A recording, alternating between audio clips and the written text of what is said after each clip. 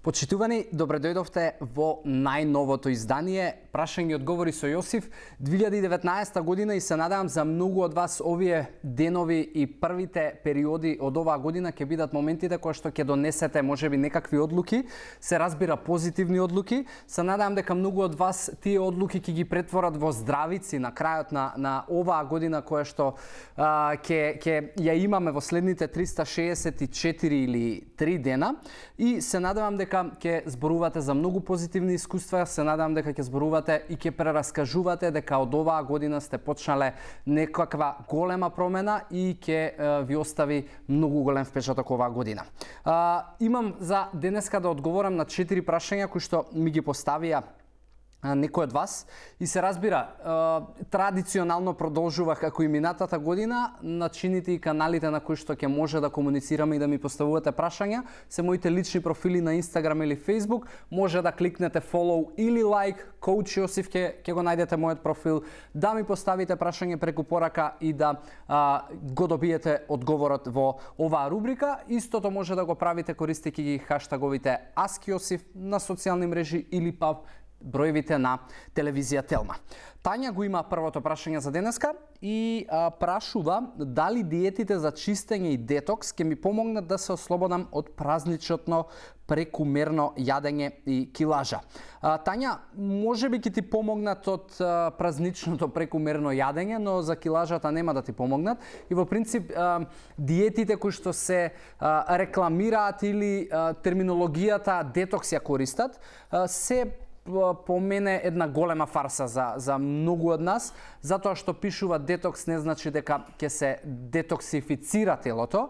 Најдобриот начин да се детоксицираш е да не се токсицираш. И во принцип сите тие диети кои што генерално промовираат многу малку калории, промовираат можеби најчесто смутиња и храна од растително потекло, можеби ќе ти покажат некаква бројка на вага, но најверојатно гладта ќе ти биде присутна во текот на целиот период. Енергијата можеби нема да ти биде присутна во тој период додека ти ја практикуваш така наречената детокс диета или диета за чистење. И искрено мојата препорака е воопшто да не вметнувате такво нешто во својот живот и во своите прехранбени навики. Најдобриот начин за да одржиш добро тело и да нетоксицирано тело полно со енергија е да во континуитет низ целата година практикуваш добри навики, а тие добри навики подразбира се што природата ни дала, се што можеби на трапезата ние можеме секојдневно да го користиме и во прашање се одлуките на твоето секојдневие.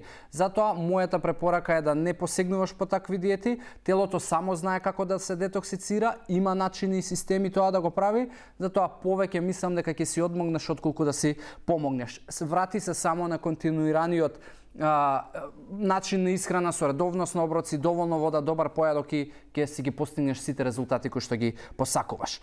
Второто прашање доаѓа од Ване. Прашува кои продукти и храна се најдобрите извори на протеини.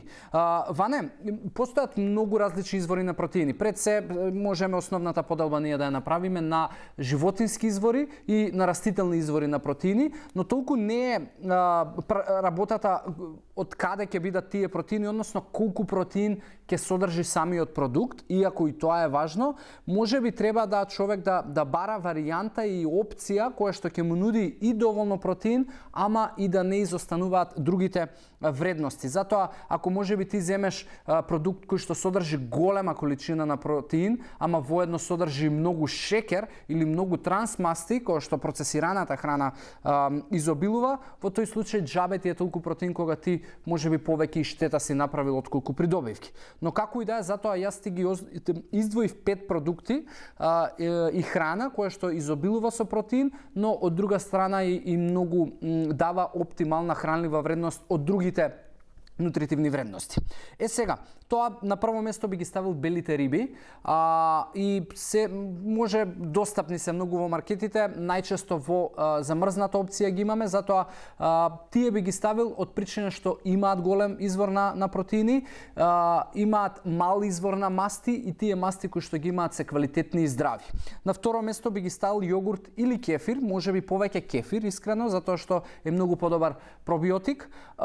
Повторно има супер количина на протеин, нема многу масти и шеќерот кој што го содржи е лактоза, што природно го има во млекото, но е ферментирана лактоза, што веројатноста дека може да ти попречи на дигестија е многу мала. Така да тоа е на второ место по мене.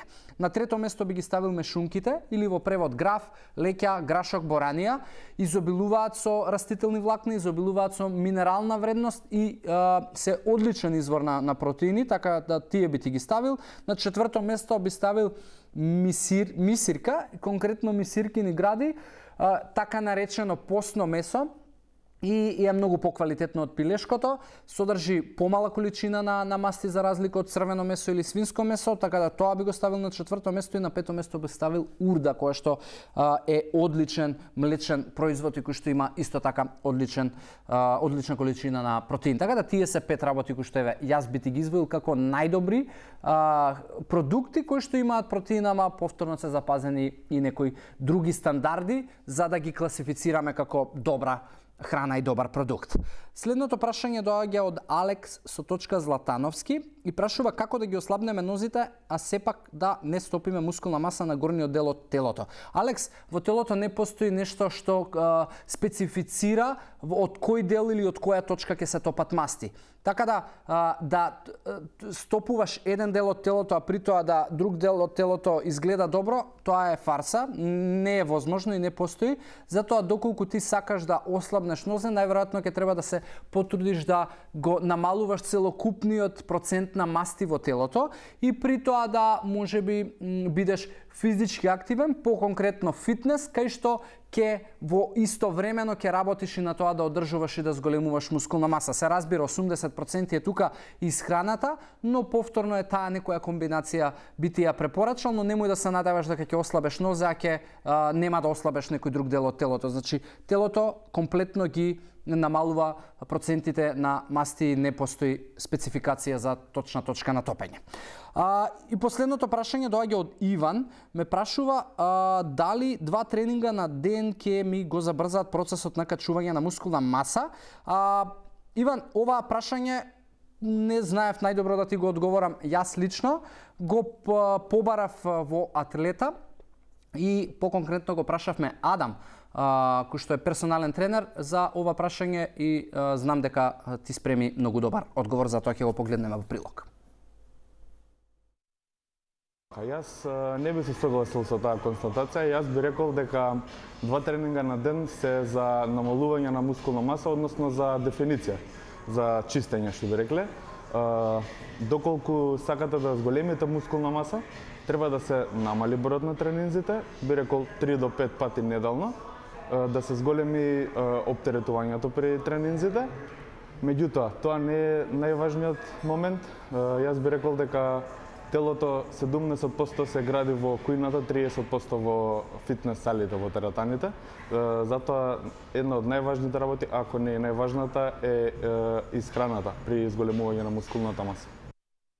Одлично срочено и јас се сложувам дефинитивно со Адам, особено во овој вториот дел, кој што и повеќе го познавам. И тоа беше за денеска се. Ви благодарам за интеракцијата, макар што и празничен период, некои од вас се потрудија да постават прашање. И се разбира, го охрабрувам и секого од вас да го прави тоа и понатаму, да ја збогатиме уште повеќе оваа година со вредност, со прашања и со одговори. Она што ми останува за крај да ве поздравам, да ви посакам здрави животни навики, да ви посакам убав остаток од овој се уште празничен период и се разбира да се видиме веќе наредната среда. Чао, чао!